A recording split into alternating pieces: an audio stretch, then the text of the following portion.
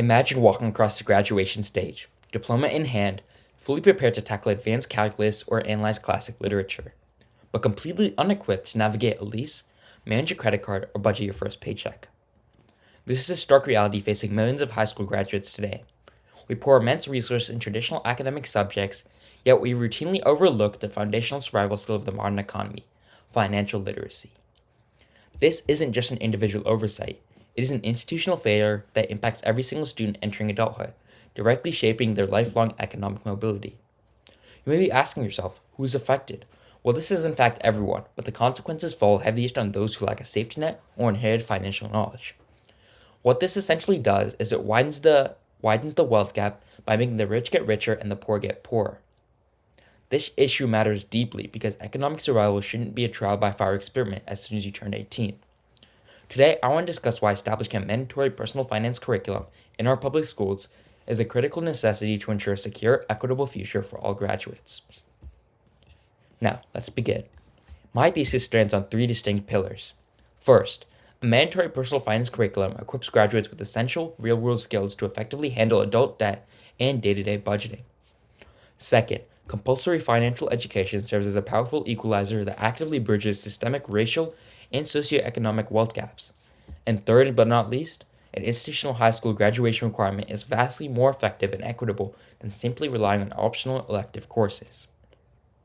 While all three pillars are critical to systemic reform, during this presentation I'm going to focus primarily on the second reason: how mandated financial education drives long-term economic mobility and fosters true financial inclusion for historically marginalized populations. To truly understand why an educational mandate is necessary, let's look at the real-world data displayed on this slide, titled The True Cost of Exclusion. As we established, structured educational environments define lifelong wealth levels, and the data comparison on the left outlines a massive structural shift in young adult debt management. If you look closely at the metrics, the contrast is stark. Young adults who are educated under mandatory state curriculums manage their finances far more effectively, maintaining a significantly lower debt profile that averages $1,200 below standard baselines. Conversely, young adults who attend schools lacking structured curriculums face an uphill battle, accumulating an average of $6,500 in compounding debt right out of the gate. This economic divide impacts every aspect of a young person's life. As highlighted by the key indicators on the screen, states with a strict mandate report a significant drop in the usage of high-interest predatory loan structures. Because the students understand the long-term dangers of high interest, they avoid debt traps entirely.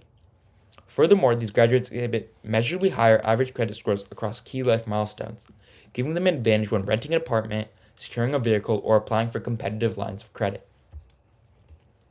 The image on the right side of the slide perfectly captures our solution. Uniform access in public classrooms builds foundational security. When we rely on optional electives or informal home discussions, we leave vulnerable students behind. But when we bring personal finance directly onto the blackboard for every student, we level the playing field and transform public education into a true engine of economic mobility. The urgency of this data is backed by the latest academic findings.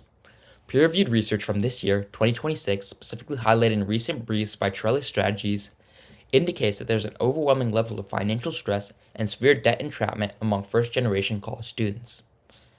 This stems directly from a total absence of financial socialization in the early stages of their life. Essentially, these students are forced to learn the rules of money only after they've already fallen into the costly debt traps.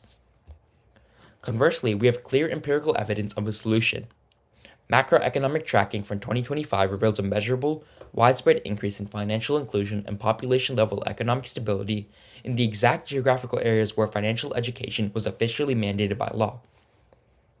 When we ground our arguments in these 2025 and 2026 data trends, the conclusion is clear. Universal policy yields universal stability. Now, let's go over the counter-arguments. Opponents of public financial education often present two primary arguments.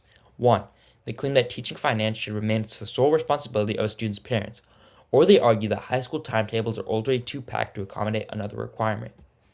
However, these arguments completely ignore structural inequality. Relying entirely on parents means that the generational wealth gap will simply continue to replicate itself indefinitely. If students' parents have been systemically locked out of banking infrastructure, home ownership, or investment tools, they cannot pass down advice they were never given.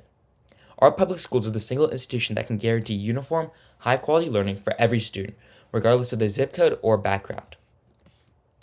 Ultimately, this issue matters because financial literacy is a fundamental civil rights issue. When we as a society fail to teach our students how money works, we are actively choosing to let systemic wealth gaps widen. By implementing a mandatory curriculum, we transform our public schools into engines of genuine economic mobility. We break the cycle of generational poverty, and we move our youth from a state of constant financial survival to a position of long-term financial stability. Thank you so much for your time, and these are my sources. I look forward to seeing your responses in the discussion board soon.